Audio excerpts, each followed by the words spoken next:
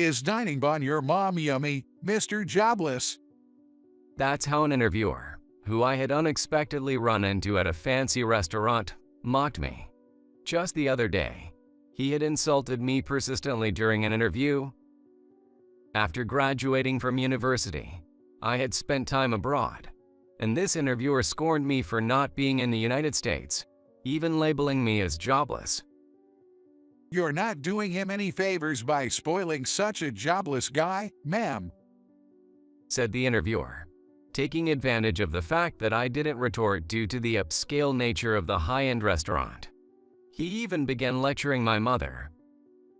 He didn't expect that a few minutes later, he would be told by my mother, "Turns out you're the jobless." My name is Mark Harris. Dressed in a cool suit for a job interview, I'm standing in front of a large building. Today, I'm here for an interview with a company in this building. I saw my watch 9:40 am.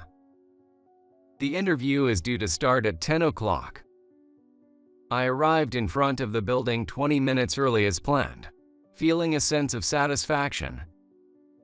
I'm really impressed that trains and buses are on time in the United States, as I recently returned from living abroad.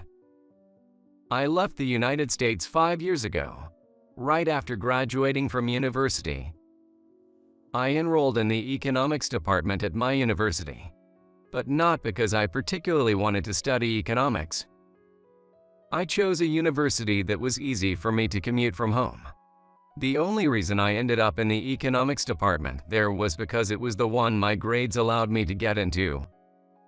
However, I felt increasingly out of place with every class, realizing this wasn't what I wanted.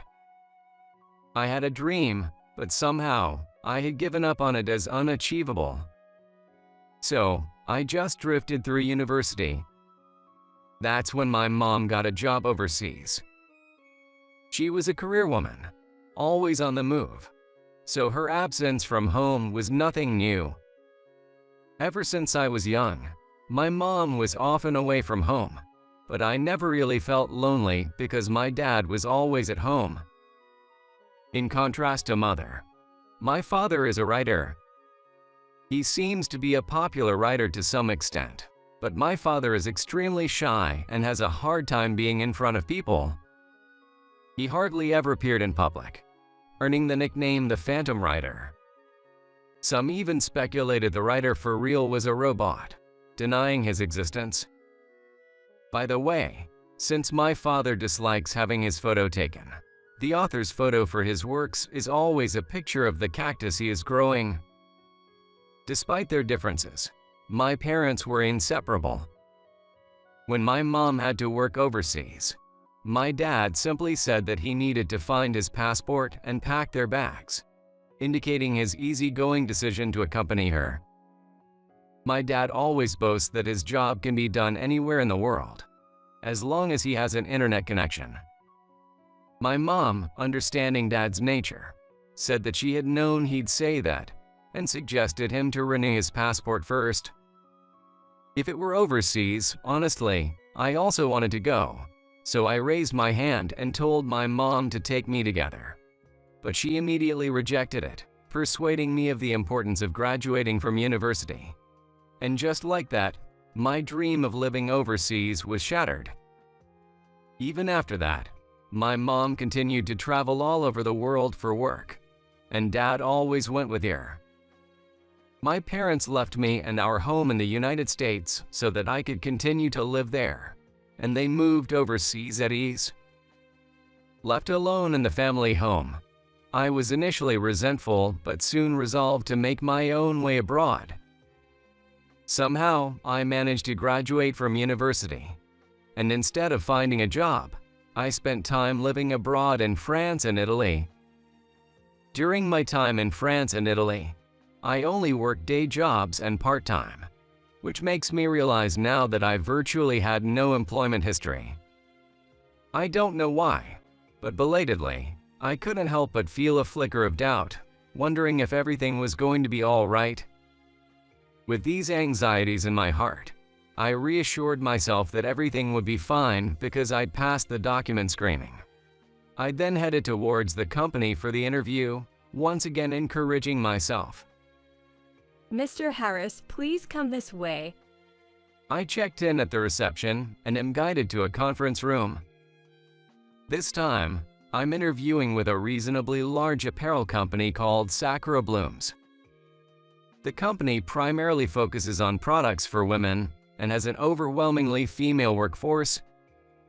There are only a few male employees, and it seems I'm the only one taking the interview this time.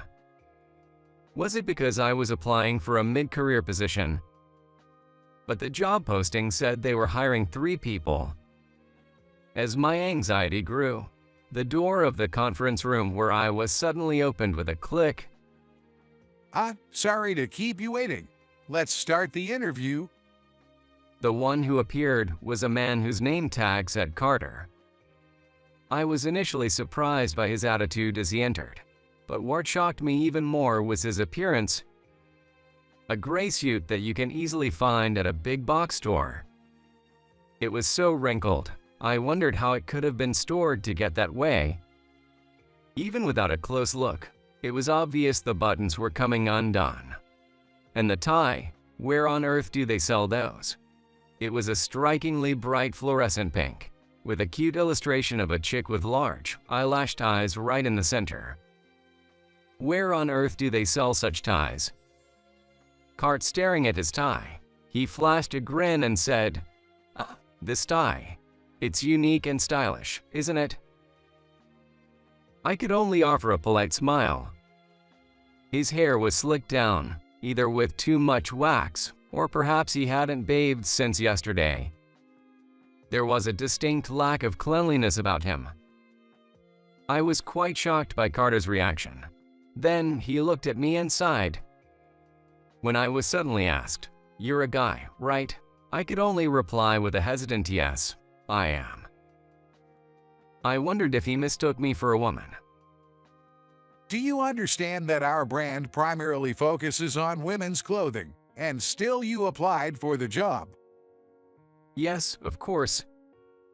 Why, there are plenty of men's brands out there. Why did you specifically apply to ours? Oh, is the interview already starting? With that thought, I shared the reasons for my application that I had come up with myself. I'm interested in working at your company to deepen my knowledge about clothing and fashion. Oh, okay. A remarkably interested response came back. Is this an interview? What's going on here? What other brands do you know? You're not just aware of our brand, are you? Certainly not. If your company targets the same demographic, Hachiremo and Earthshop have recently become popular.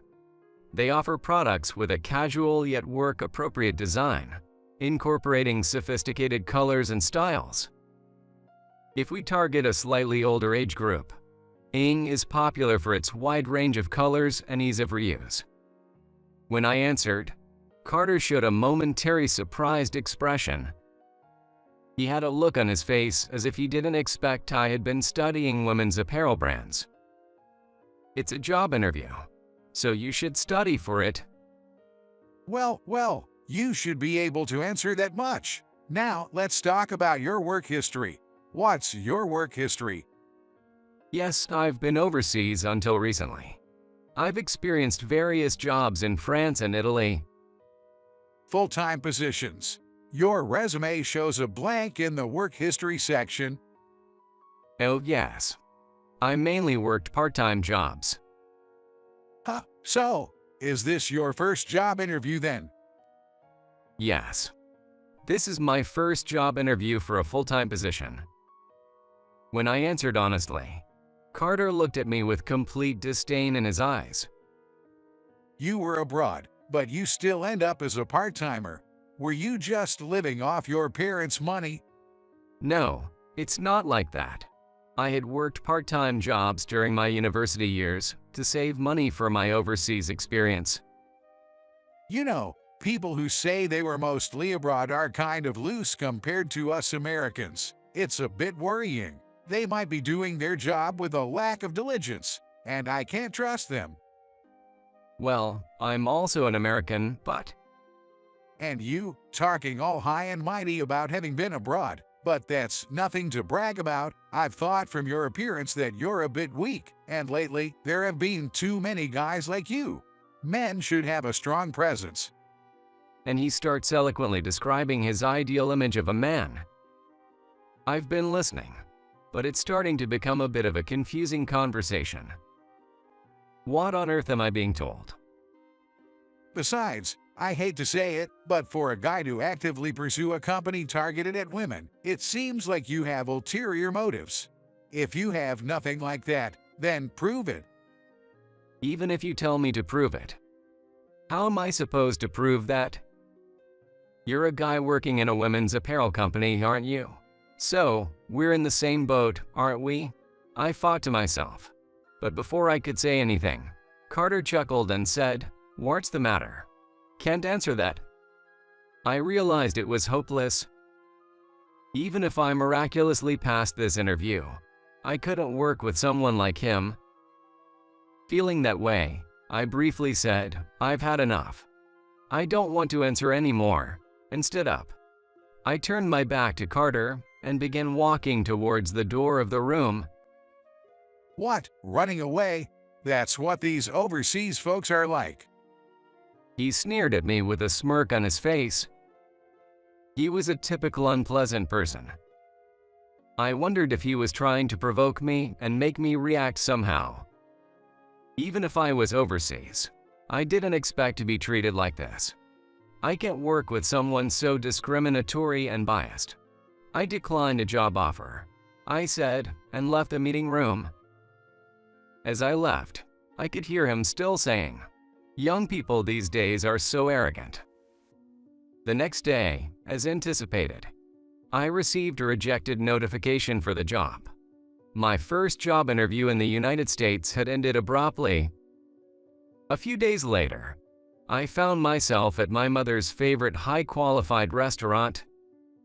My mother had returned to the United States, and of course, my father had returned as well. Now, 3 of us are living together in our family home. This restaurant is my mother's favorite. She conducts business negotiations while dining at this restaurant, especially when it's so important she can't fail. She also dines out here with my father for special occasions. Unfortunately, Dad couldn't make it, but I'm happy you're here, so let's enjoy this circumstance. My mom hasn't been to this site for a while, and she's excited to be here again. Additionally, my father couldn't make it because he had a deadline for his work. Well, sometimes you don't get a job offer after an interview. Don't lose heart. Based on what I heard, the problem is on their side. My mother said with a smile, and I realized her intention. I see. She brought me here to cheer me up and encourage me after I'd been brooding about that interview for the past few days. What a wonderful mother I have. I was deeply moved. I said I would decline it by myself, but the truth is, I was a little down about it.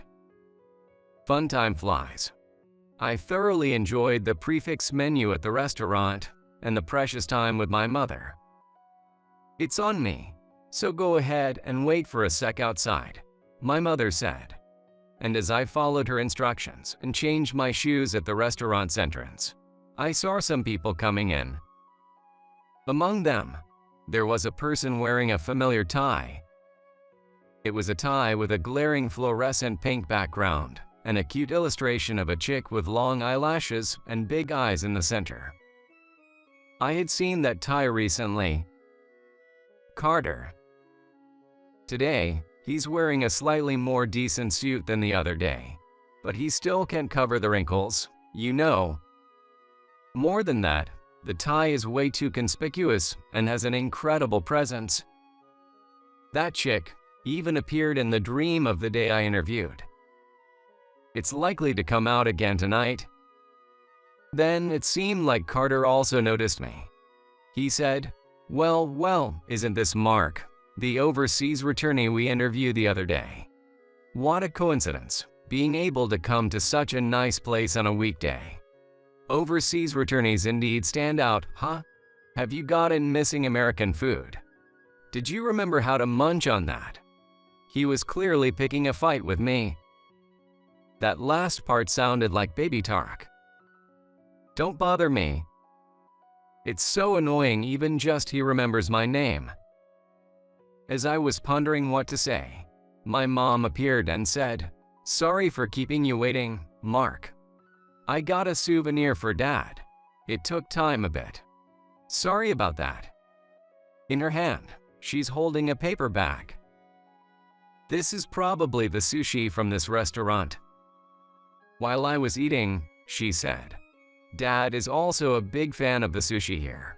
Should we buy some as souvenirs?" It seems like she really ordered it. "Is this Mark's mother?" Carter suddenly asked. Against my hope, she replied, "Yes, that's right." "Why?" As I supposed. May I ask, is it you who paid the restaurant bill?" He suddenly asked my mother. What's going on? What is he trying to say? Yes, that's right. My mother replied. "Hi, I knew it," he exclaimed dramatically, sighing deeply. Then he looked at me and said, "Is dining on your mom yummy, Mark, the jobless?" Furthermore, he said to my mother, "It's no good even for you. If you spoil such this jobless guy, he will turn out worse." My mother and I were left speechless. Carter himself had this attitude like he was saying something great, as sporting a smug look. Mark, is this the person who interviewed you the other day? Oh damn. I don't know why he's here. As my mother and I were secretly discussing this, my mother smiled and said, "Got it. Leave it to me." Oh, this mom's face is dangerous. Battle mode activated. Excuse me, but who are you referring to as a jobless guy? Of course, you know that's your son. You've really spoiled him to the core. It seems that your son tried to join our company, but unfortunately, he couldn't break out of being the jobless. Carter laughed loudly. My mother had a beaming smile on her face, but she was clearly radiating an aura of anger that was palpable. Even I, who was standing side by side, noticed it. Why doesn't he realize right in front of her? "Carter, what's going on?" I heard a male voice coming close. Looking in the direction of the voice, a man in a suit was approaching us. Compared to Carter, the suit is wrinkle-free and looks clean, and he's carrying off a suit in a color that suits him well. At first glance, I got the impression that he was someone in a higher position, like CEO. President Adams, how are you today, sir? Greeted Carter. Oh, he really is the president. In the next moment, the man addressed as the president looked at my mother and exclaimed, "President Harris." Oh, President Adams, isn't it? It's been a while. I didn't expect to meet you before the upcoming meeting. As my mother said this with a beaming smile, President Adams responded, "I would really appreciate your assistance in the upcoming meeting." While bowing graciously, President Adams, no matter how you look at it, appeared humble towards my mother, and the power dynamic was clearly in favor of my mother. President Adams looked at Carter and said, "Carter, offer your greetings. This lady is President Harris, the head of that striped group." The Striped Group. The Striped Group is a company that oversees dozens of apparel manufacturers in the United States. In fact, my mother is the president of the group, holding the position of the head of a so-called major company. The Striped Group. Oh, as I mentioned before, we're going to come under the management of them. Make sure to greet her properly. Really? That's news to me. I asked my mom. That's right. Starting from this spring. We're in the process of moving that forward now. Oh, President Adams, this is my son. I greeted President Adams in person. Are you President Harris's son? I'm always grateful for her help. It's a bit embarrassing, but our business has many vulnerabilities and, well, to cover those, she's taking care of it. I see. Although it looked like the business was doing well from the outside, it seemed that it wasn't the case in reality. And so far, Carter had remained silent. When I looked at him, his face was turning paler than before. As President Adams said, "What's the matter, Carter? Why don't you greet?" My mother cut in with her words. No, it's quite all right. We already exchanged greetings earlier with this gentleman, so there's no need. Besides, Carter is one of your employees, isn't he? My son actually had an interview at your company recently, and it seems they took good care of him, my mother said with a beaming smile. Wow, really? Does that mean your son will be joining our company? That's fantastic news, and it's great to have such strong talent on board.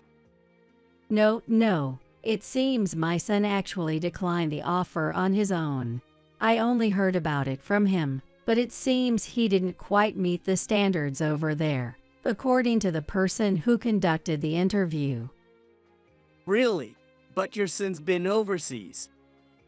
Oh yeah. Unfortunately, it seems he didn't meet the standards of yours, so he didn't seem to have a connection with your company.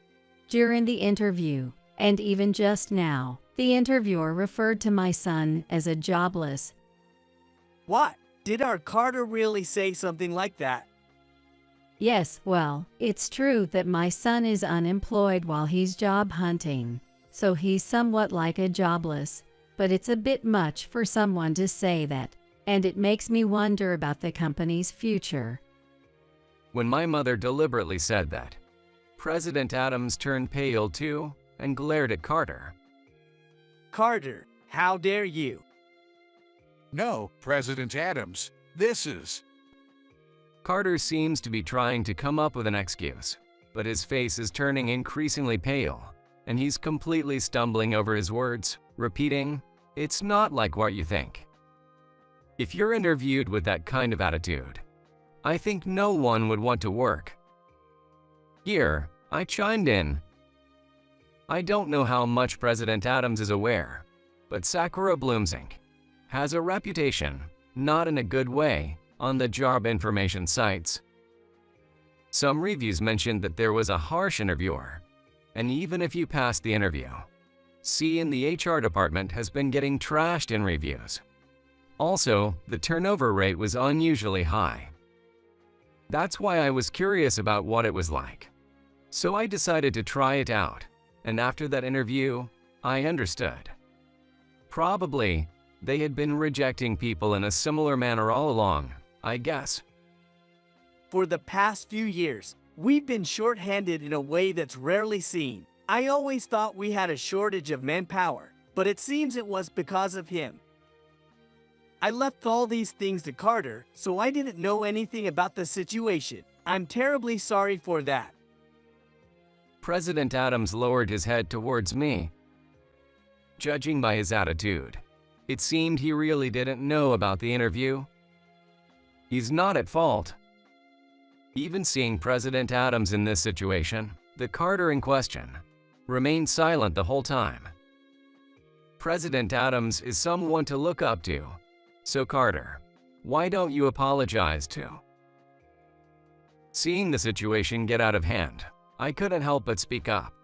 Suddenly, Carter burst out, "You lazy bum. Don't get smart with someone older than you," and lunged at me. But I easily dodged him with a quick move. Carter slid smoothly and suddenly tumbled onto the floor. Well, President Adams, if this person isn't dealt with properly, our company might not be able to welcome yours. Laughing merrily, my mother spoke, and President Adams nodded solemnly in response. Of course, Carter, you're fired as of today. Ahem. Carter, lying down, lifted his face, but his complexion had already turned ashen. Oh dear. Oh my, it seems like you've become a jobless, dear. My mother chuckled at that. A few days later, an article appeared in the financial newspaper with the headline, "Women's apparel manufacturer Sakura Blooms Inc. joins the Stripes Group." In addition, several other apparel and textile companies were acquired, leading to more companies coming under the management of the Striped Group. Generally, joining a group doesn't change the management lineup of each company, but I heard that Carter was the only one who got fired.